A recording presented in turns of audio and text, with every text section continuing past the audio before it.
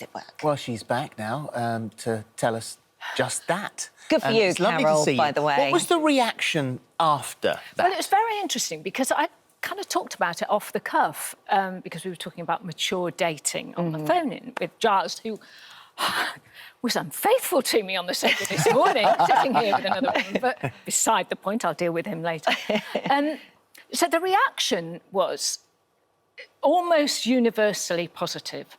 So there are a lot of women, particularly in their 50s and in their 60s, and their daughters, ringing in and saying, this is a liberation for me. They did say, aren't you brave, Carl? I don't think it's brave at all. It's just honest. He said, it's a liberation for me. There was one particular mother and daughter who wrote an email in and said that, you know, my mum started crying when she was watching this. And I asked her why, and she said, well, I've been divorced for so many years and been made to feel as though I have failed. And people around me, friends and family, say, oh, haven't you found someone else to love you? Oh, like it's sort of shaming, really. And I think, you know, as I said there, it's about life is in chapters. When I was in my 20s, I wanted to find somebody, get married and have children, right? That's kind of that chapter. From my 50s, my children were, well, I mean, I live with my children now, they're grown-ups, but they're, you know, it's a busy house. I have a life which is very full and a very happy life. So can you just explain, I mean, obviously we don't want like details, but just how it works, what it sort of means to you, I think it's come about sort of naturally. Yeah. I don't want to settle with anybody. As I say, I have this, you know, if my life was a cake, it's got fantastic friends, it's got, you know, I love my job, I love the business of education, I have people who love me, I have this busy home. And, you know, the sort of male-female relationships are the icing on the cake rather than the fundamental basis of it. So, well, I don't know, just kind of other people who don't want one partner. Everyone's single, by the way. I think that's the thing. That's a critical part of it. We stress here, one of your friends you've known for 11 years. I mean, these are people you know very well. It's the relationships, these are friendships. They're never one-night stands. You don't do that. No. But then if that's what people want to do, that's their choice. Of course. I'm very much a person who is that I have one rule in life, and it is only this: do no harm. Everything else. So looking at this, I think looking at it from the outside, it throws up all sorts of potential complications. That you find the friend, that they're not going to get jealous, that you're lucky to find 5 people who feel the same way as you do. They all know about each other. And so they're all quite, yes. Did they know each other before you? OK. So everybody has to be on the same page. Yes, because, of course, they have their lives as well. I never ask about that. They don't. So it's a freedom. And it's really, you know, women are brought up to be the carers. And we're a similar age, Philip. You know, when we were young, society's rules were very different to how they are now. And I'm talking particularly about a women. You know, I'm 62 now. I was born in 1960. All women had only had the vote about 30 years earlier. So it was a time of liberation. The pill was introduced, you know, all sorts of different things. If a woman wasn't married, had a child, that child was called something very bad.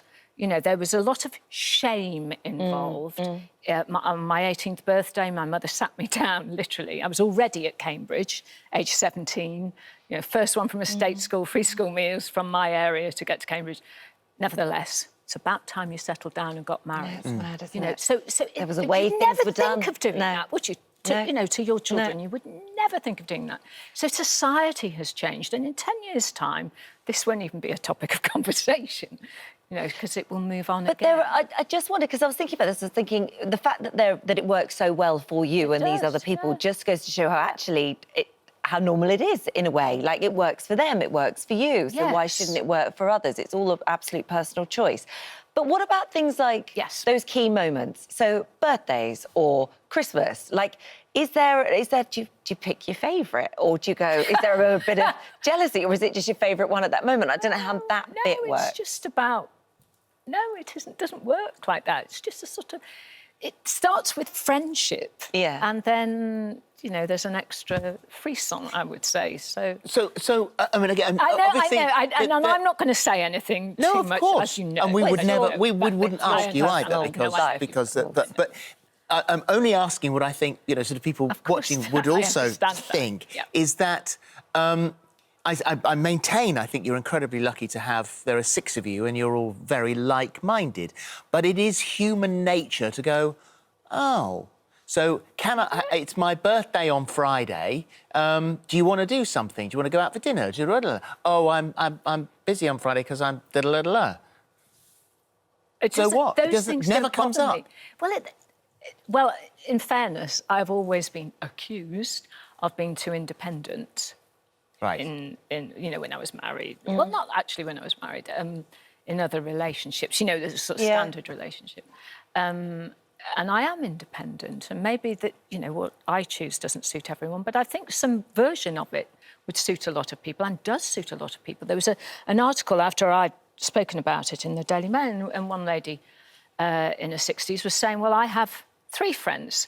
One that I go on holiday with, she said, one I have sex with but don't talk to very much, and one who's a great cook. That's what she said. And I just think, well... Great. No harm done. But that's the thing, isn't it? Like, whatever works for you, whatever works for her, isn't it lovely that we're in a place now to talk about it, I felt, you know, after the reaction when I spoke about it to Alison and Dermot, it was so positive, and there were so many people saying, you know, let's be honest about it, about the facts of living in the UK. Half of first marriages end in divorce. 3/4 of second marriages end in divorce. 40% of adults in the UK are single. So a lot of those are made to feel lonely when perhaps they don't need to be. Yeah.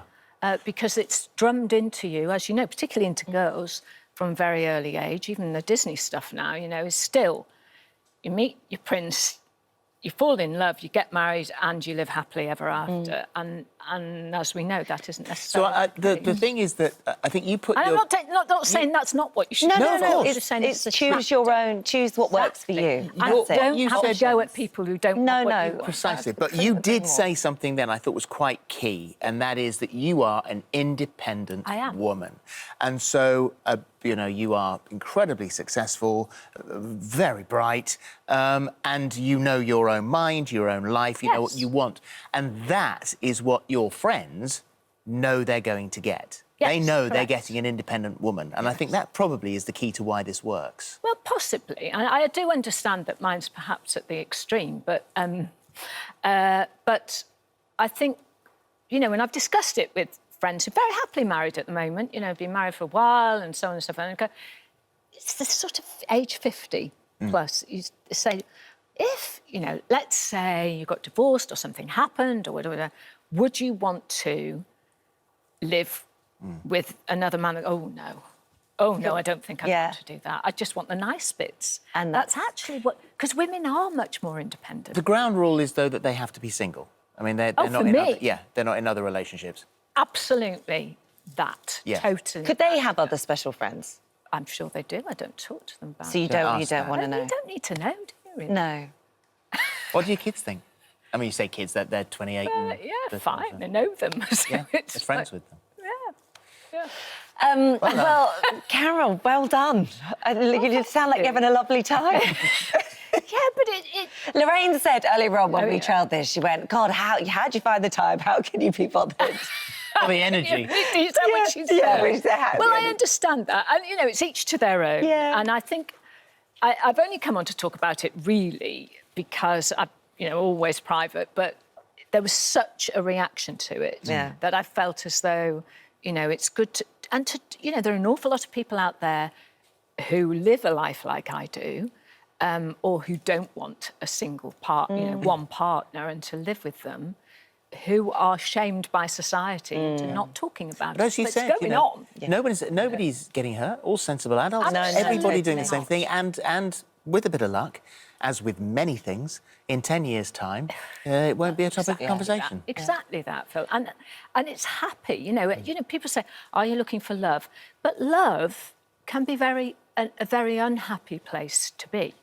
And as we know, said about the statistics with divorce, but isn't the goal just to be happy? 100%.